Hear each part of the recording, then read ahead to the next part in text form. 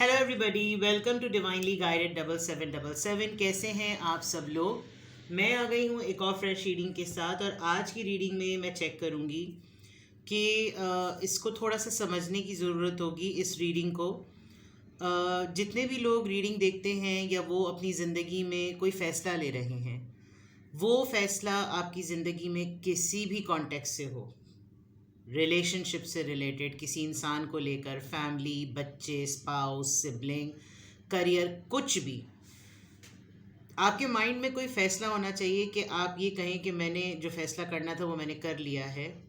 अब इस फैसले के क्या आफ्टर इफेक्ट्स होंगे, ठीक है। तो इस रीडिंग को देखने के लिए ज़रूरी है कि आपने कोई डिसीजन मेकिंग की हो, और उस डिसीजन मेकिंग के से रिलेटेड जब आपने उसका कम्प्लीटली माइंड बना दिया तो उसके बाद क्या कॉन्सिक्वेंसेस हो सकते हैं, क्या ये डिसीजन आपके फेवर में है, क्या ये डिसीजन आपके अगेंस्ट है, XYZ, ठीक है। ये कलेक्टिव रीडिंग है, ठीक है ना। तो मे बी आप ये रीडिंग में जब मैं कार्ड स्प्रेड करूँगी तो ही पता चलेगा कि आपका डिसीजन है किस नौइयत का। आपका डिसीजन लव लाइफ को लेकर है, रिलेशनशिप को लेकर है। मैं बस जनरली इसको ओपन कर रही हूँ, और जैसे जैसे कार्ड्स आते जाएंगे मुझे कार्ड्स के थ्रू ही पता चल जाएगा कि आपके माइंड में क्या चल रहा है, ठीक है। तो then I will tell you कि वेदर ये फ़ैसला आपके लिए सही है या ये फ़ैसला आपके लिए गलत है। बिकॉज मैं इतने सारे लोगों की रीडिंग करती हूँ, और वो ज़्यादातर किसी न किसी पॉइंट पे ही पहुँच रहे होते हैं, किसी न किसी डिसीजन पे ही पहुँच रहे होते हैं, और उनकी बेहद इंक्वायरी होती है, क्वेरी होती है कि क्या ये सही होगा, क्या ये ठीक होगा, क्या ये कुछ होगा तो नहीं। तो नाउ आई डोंट नो, आपने अपने माइंड में हैंगमैन आया हुआ, इसका मतलब बॉटम ऑफ द डेक में आप सिचुएशन में स्टक तो ज़रूर है, ठीक है ना। तो जनाब, जनरल है, टाइमलेस है, कलेक्टिव है, मैंने पहले कह दिया। तो इसकी बेसिस पर जब आपको क्लैरिटी मिल भी जाए तो भी आपने फाइनल डिसीजन नहीं बनाना है, क्योंकि ये जनरल रीडिंग है। सारे मैसेजेस आप पर नहीं जाएंगे, सही है ना। तो आपने सिर्फ वो पिक करना है जो आपसे रेजोनेटेड हो, आपके ऊपर अप्लाई हो रहे हो, आपको लग रहा हो कि हाँ इस कॉन्टेक्स्ट में, सिचुएशन में ये मेरी सिचुएशन फिट इन है, बाकी तमाम चीज़ें तो मुझसे मैच ही नहीं कर रही। लेकिन आपको रियली अपनी लाइफ में कोई डिसीजन मेकिंग में आप स्टक हैं तो आप प्राइवेटली कांटेक्ट करें। डिस्क्रिप्शन बॉक्स में सारी डिटेल्स मौजूद है, ठीक है। तो after the intro will come back to our same question. आपने अपनी लाइफ में जो डिसीजन मेकिंग की है, आपने अपने माइंड में, आपने दिल में, दिमाग में जो भी फैसला बना लिया है, जो फैसला कर लिया है, क्या ये फैसला आपके लिए सही होगा या इसके कोई ना कोई आफ्टर इफेक्ट्स हैं। लेट्स सी।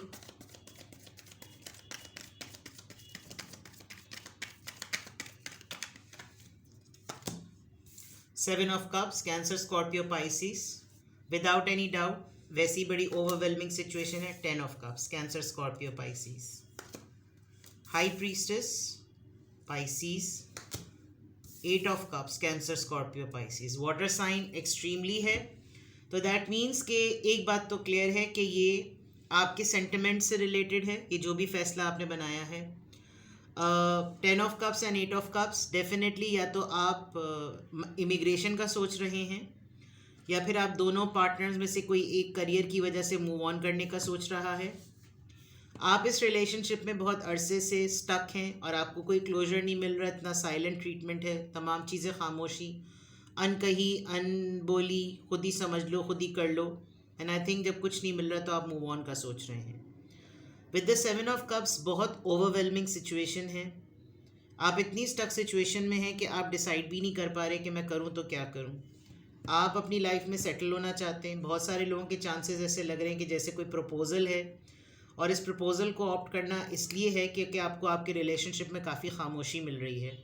आपको कोई क्लोजर नहीं मिल रहा कि आया कि मेरा रिलेशनशिप इतना ही सन्नाटे में रहेगा या फिर इसका कुछ होगा भी।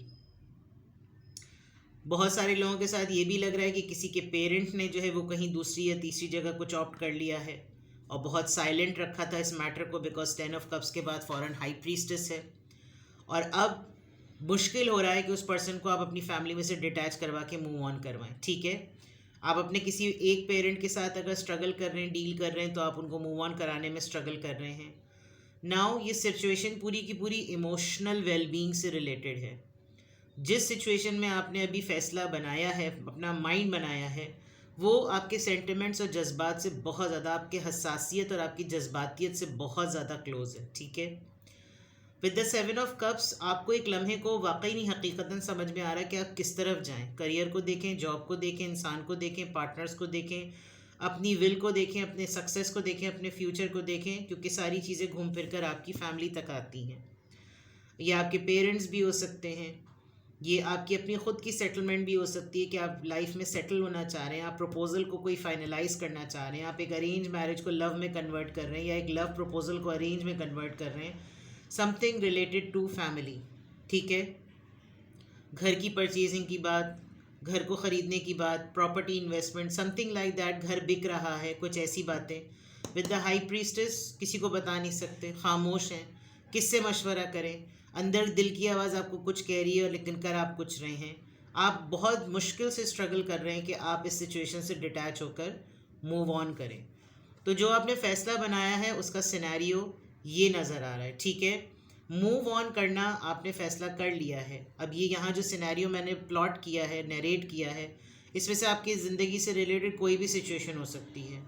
आप अपनी शादी में जो खामोशी है, आपकी जो रिलेशनशिप में जो सन्नाटा है, आपके पार्टनर को लेकर या आपके स्पाउस को लेकर जो आपको कुछ नज़र नहीं आता, उसमें आपको कोई पोटेंशियल नहीं नज़र आती, आप उससे निकलना चाहते हैं। शायद ये आपका फ़ैसला है, इसलिए भी आप ये जानना चाह रहे हैं कि इसके आफ्टर इफ़ेक्ट्स क्या होंगे, कि क्या इस शादी से निकल जाना, क्या इस रिलेशनशिप से निकल जाना, क्योंकि मेरे पार्टनर के पास, मेरे पर्सन के पास इतनी ज़्यादा ओवरवेलमिंग चॉइसेस हैं और मुझको हमेशा एक साइलेंट जोन में डाला हुआ है, तो क्या मैं यहाँ से निकल जाऊँ। ये आपका कंसर्न मुझे इस 4 कार्ड्स में नज़र आ रहा है, ठीक है।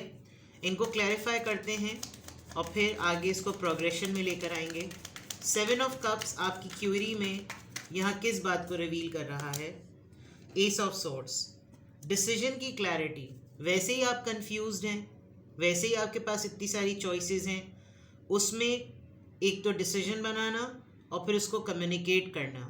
अगर डिसीजन बना लिया है तो कम्युनिकेट करने में डिफ़िकल्टी हो रही है, अगर कम्युनिकेट कर दिया है तो क्लैरिटी का डाउट है कि पता नहीं मैंने कह तो दिया, अब पता नहीं ये होगा या नहीं होगा, मैंने फ़ैसले की सुनवाई तो दे दी, अब पता नहीं ये चीज़ होगी या नहीं होगी। 7 ऑफ कप्स आपकी इस कन्फ्यूजन को, राइट डिसीजन मेकिंग की, चूज़ वाइजली करने को जो है ना, वो आपको कन्फ्यूज़ कर रहा है। 10 ऑफ कप्स यहाँ पर क्यों है? 9 ऑफ पेंटिकल्स, आपकी रिलेशनशिप में किसी की इंटरवेंशन हुई है, या तो आप शादी में से निकलना चाहते हैं, आप इस रिलेशनशिप में से निकलना चाहते हैं क्योंकि काफ़ी अरसे से शायद एक ठप्पा लगा हुआ है, आप ऑलरेडी एक अकेले ही इंसान हैं। एक लेबल था कि आप किसी रिलेशनशिप में हैं, लेकिन असल में आप 9 ऑफ पेंटिकल्स की ही एनर्जी में हैं, यानी कि सेल्फ सफिशेंट, इंडिपेंडेंट, अकेले। अब आपकी पोजीशन स्ट्रॉन्ग है, तो अब आपके माइंड में एक फ़ैसला बनता हुआ नज़र आ रहा है कि हाँ, इट्स कम्प्लीटली फ़ाइन कि अगर मैं इस रिलेशनशिप में, इस रिश्ते से, इस इंसान से, इस घर से, इस लेबल से, इस टैग से अगर निकल जाऊँ तो कोई मसला नहीं होगा, बिकॉज अब मैं financially, job wise, skilled wise, nature wise, status wise अब मैं सफिशेंट हूँ। हाई प्रीस्टेस का कार्ड यहाँ पर क्यों आया है? ये साइलेंट ट्रीटमेंट, ये इंट्यूशंस आपको किस बात को इंडिकेट कर रही है?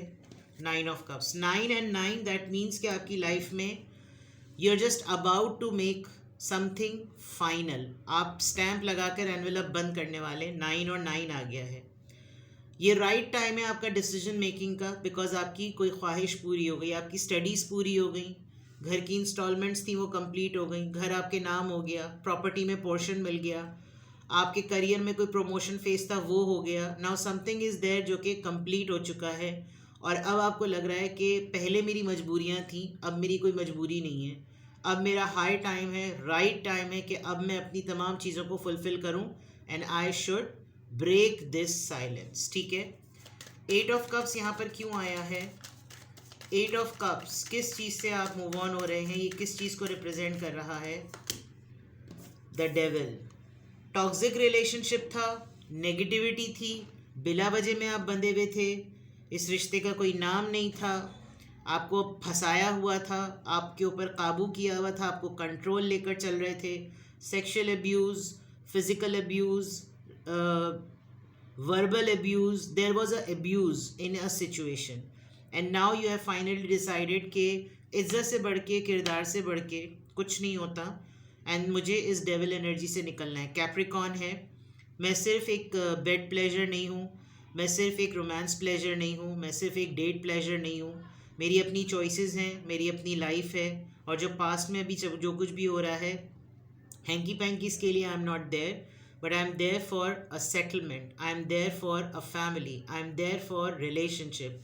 क्योंकि जो ऊपर आपके कंसर्न्स आए हैं वो नीचे के क्लैरिफायर में आपके डिसीजन को कंफर्म कर रहे हैं कि आप जिस भी फेज़ में जो मैं नरेट कर रही हूँ, अगर आपने इस जोन में कोई फ़ैसला किया है, इट विल वर्क, क्योंकि आप डिसीजन की क्लैरिटी में इस तमाम सिचुएशन से गुजर रहे हैं। तो दैट मीन्स कि आपका अब तक का जो आपने फ़ैसला किया है अपने जहन में, अपने दिल में, वो फ़ैसला तो ठीक है। Now I will check whether ये ठीक रहेगा आपके लिए या नहीं। ठीक है, ये लास्ट कार्ड आपके डिसीजन को क्लेम करता है कि आप किसी सिचुएशन से निकलना चाहते हैं। ठीक है, ये मैं आपको बता दूं। अब इसको क्लैरिफाई करते हैं कि क्या ये डिसीजन आपके फेवर में होगा। Moon, Pisces, magician, Aries and Leo and 6 of wands. You need to develop good communication skills. खौफ हैं आपके पास, खतरात हैं, डर है आपको, इनसिक्योर भी आप हैं, क्योंकि या तो आप जिसके अगेंस्ट ये फैसला कर रहे हैं वो बहुत इन्फ्लुएंशियल पर्सन है। With the magician, this person knows कि कहाँ पर जाकर आपको नील डाउन करवाना है, कहाँ पर जाकर आपको नेल करवाना है। ठीक है ना, कौन से आपके प्रेशर बटन्स हैं जिसको प्रेस करके आपकी रेपुटेशन, आपका सोसाइटी में जो इमेज है, आपका सोशल ऑरा, कहाँ पर किस चीज़ को जाकर हिट करेंगे। आप एक ऐसे सीक्रेट रिलेशनशिप में भी हैं जहां आपका पर्सन आपको ऑफिशियल पार्टनर के तौर पर डिक्लेयर नहीं करता। आपका ये फैसला उसकी रेपुटेशन पे क्वेश्चन उठा सकता है। ये जो कम्युनिकेशन की डर है ना आपको, कम्युनिकेट करने का, डिसीजन की क्लैरिटी को कम्युनिकेट करने का जो डर है, वो इसीलिए है क्योंकि आप जिस सिचुएशन से निकलना चाह रहे हैं उसमें बहुत बड़े चांसेस ये हैं कि आप तो ये सोचेंगे कि मैं तो बिल्कुल सेफ जोन में निकलूँ, लेकिन जो आपका पर्सन है जिसके साथ आप अपने रिलेशनशिप को डिटैचमेंट पे ला रहे हैं, उसको आपकी तरफ से रिलायबिलिटी नहीं होगी और उसके खदशात बढ़ सकते हैं। तो हो सकता है, there is a big chance, वैसे तो आप अगर अपनी कम्युनिकेशन स्किल्स पे काम करें, आप अपने तौर पर अपने एविडेंसेस को और अपनी चीज़ों को सही तरीके से लेकर चलें तो आपको इसमें विक्ट्री मिलेगी, बिकॉज 6 ऑफ वॉन्ड्स सक्सेस का और विक्ट्री का कार्ड होता है।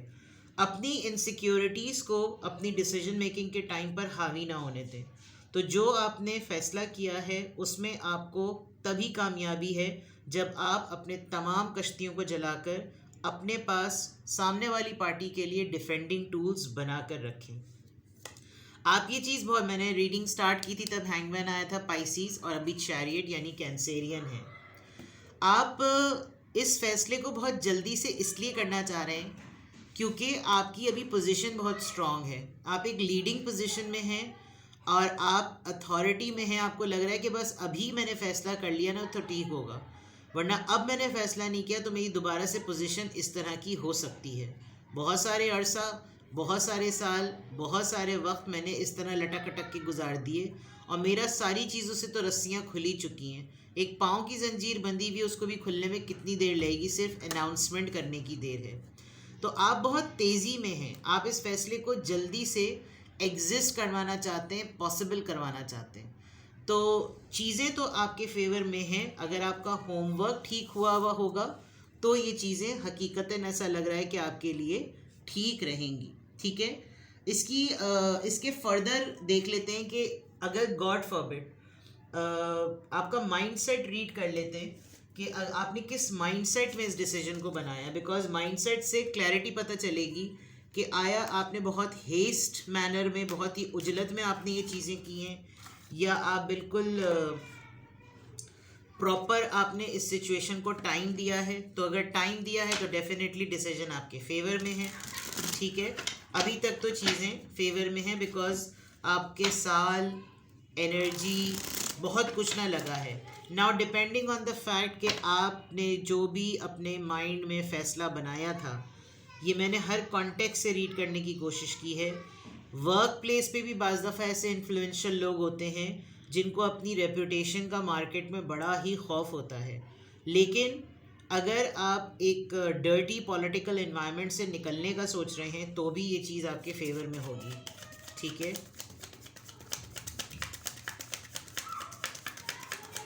किस माइंडसेट में रहकर आपने ये डिसीजन बनाया है, प्लीज़ टेल मी। बेसिक आपकी फाउंडेशन कच्ची है, आपको लगता है कि कुछ है नहीं। मेरे और इस सिचुएशन के बीच में जो स्ट्रक्चर है वो बहुत डामाडोल वाला है, तो कुजा के इसके ऊपर मज़ीद बिल्डअप हो, मिसअंडरस्टैंडिंग्स बिल्डअप हो, खोखलापन बिल्डअप हो, तो मैं स्ट्रक्चर की बेस से ही, उस फाउंडेशन से ही अपने आप को निकाल लूँ, क्योंकि मैं उसका पार्ट नहीं हूँ।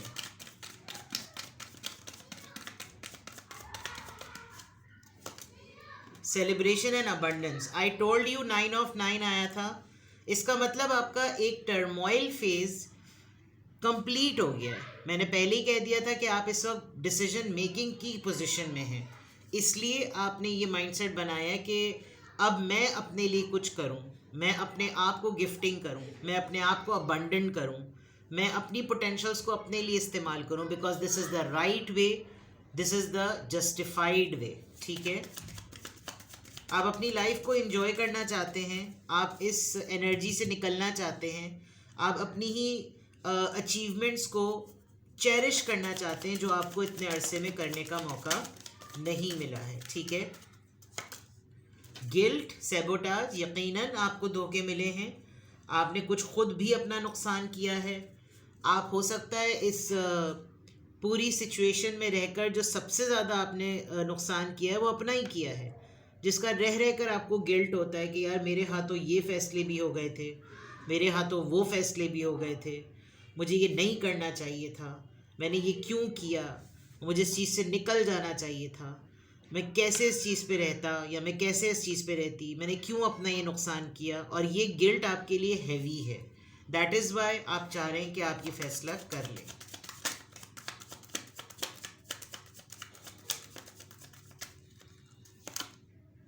इंटीग्रेशन एंड यूनियन, आगे बढ़ना है आपको, क्योंकि मे बी ये 9 ऑफ 9 ये भी बता रहा हो कि आप एक बेटर पर्सन को अपनी लाइफ में देख रहे हैं। आप अपनी लाइफ में अब ये देख सकते हैं कि अब आपकी पोजीशन सही है, तो you can manifest the right person for union. और आपको लग रहा है कि मैं अगर इसी सिचुएशन में स्टक रही या स्टक रहा तो there will be more problem. So besides कि मैं जो कुछ भी चल रहा है, मैं एटलीस्ट अपने आप को साफ सुथरा तो करूं, मैं इस गिल्ट ट्रिप से तो निकलूं जिसमें मुझे किसी के साथ रहते हुए सिचुएशन को डर्टी करने का ही लेबल बार बार ट्रिगर करता है। तो at least I should filter it, और ताकि मैं आगे किसी पर्सन के लिए अवेलेबल हो सकूं।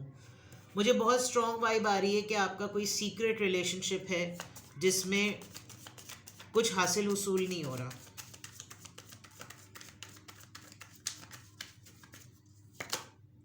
Fate detours, you are ready for this divine intervention.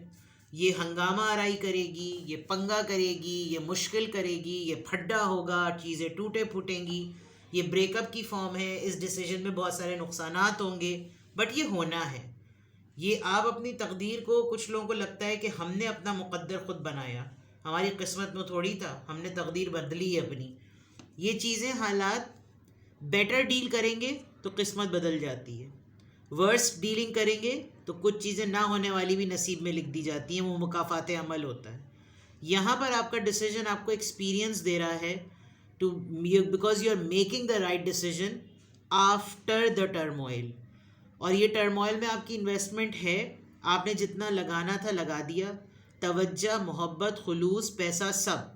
Now you are thinking okay fine, क्या होगा, टूटेंगी चीज़ें, क्या होगा, रिश्ता ख़त्म हो जाएगा, क्या होगा, घर से निकाल देंगे, क्या होगा, ये होगा, क्या होगा, वो होगा, XYZ। But to satisfy you in a general reading, आपने जो फैसला किया है वो ठीक है। डिटर्मिनेशन शो करनी है with the magician card, communication skills पे काम करना है। अगला जब चौड़ा होकर आपके सामने अपने आप को डिफेंड करके क्लेम करने आए तो आपने हथियार नहीं फुसड्डे होकर डाल देने, आपने फ़ाइट करना है, अपने आप को डिफेंड करना है, आपने अपने आप को प्रूव करना है कि मैंने ये होशो हवास में फ़ैसला लिया है, तुम्हें प्रॉब्लम हुई है तो ये तुम्हारा हेडेक है, मैंने डिसाइड कर लिया, बिकॉज अब मैं स्ट्रक्चर में और इस फ्रेम में रहना नहीं चाहती या नहीं चाहता। ठीक है, तो ये तो जनरल रीडिंग है। आपको प्राइवेट रीडिंग में कोई भी कोऑर्डिनेशन करनी हो, कुछ कंफर्मेशन करनी हो, मुझसे कांटेक्ट करें। I will guide you. Description box में नंबर मौजूद है। Take best care. Bye bye.